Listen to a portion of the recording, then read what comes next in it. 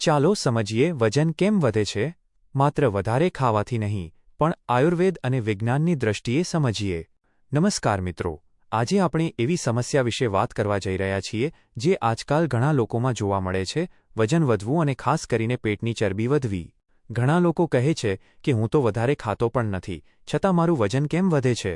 તો શું માત્ર વધારે ખાવાથી જ વજન વધે છે, કે તેની પાછળ બીજા પણ કારણો છે?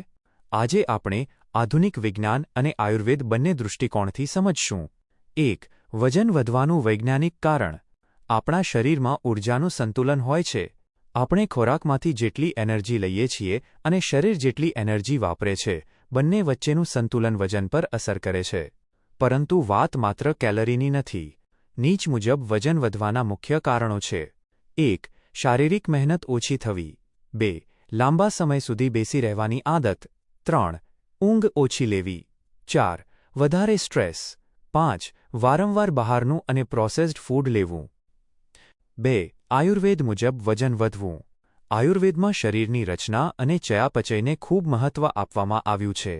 વજન વધવામાં ખાસ કરીને કફ દોષની વૃદ્ધિ, અગ્નિની મંદતા અને મેદધાતુની વૃદ્ધિ જેવી બાબતોનું વર્ણન મળે છે.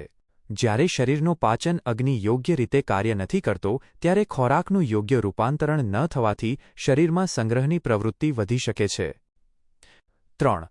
લોકોની સામાન્ય ભૂલો. વજન વધારતી કેટલીક સામાન્ય ભૂલો. સવારે નાસ્તો છોડીને પછી વધારે ખાઈ લેવું. રાત્રે મોડું અને ભારે ભોજન લેવું. જમ્યા પછી તરત સૂઈ જવું. આખો દિવસ ઓછું પાણી પીવું. કસરત વગર માત્ર ડાયટ પર આધાર રાખવો. 4. શું કરવું? વજન ઘટાડવા માટે સૌથી પહેલાં જીવનશૈલીમાં ફેરફાર જરૂરી છે. નિયમિત ચાલવું અથવા કસરત. સમયસર ઊંઘ. સંતુલિત ભોજન. ભૂખ અને તૃપ્તિનું ધ્યાન રાખવું. તાજું અને ઘરનું ભોજન પસંદ કરવું. આયુર્વેદમાં પણ આહાર અને વિહારને ખૂબ મહત્વ આપવામાં આવ્યું છે. મિથ શું છે?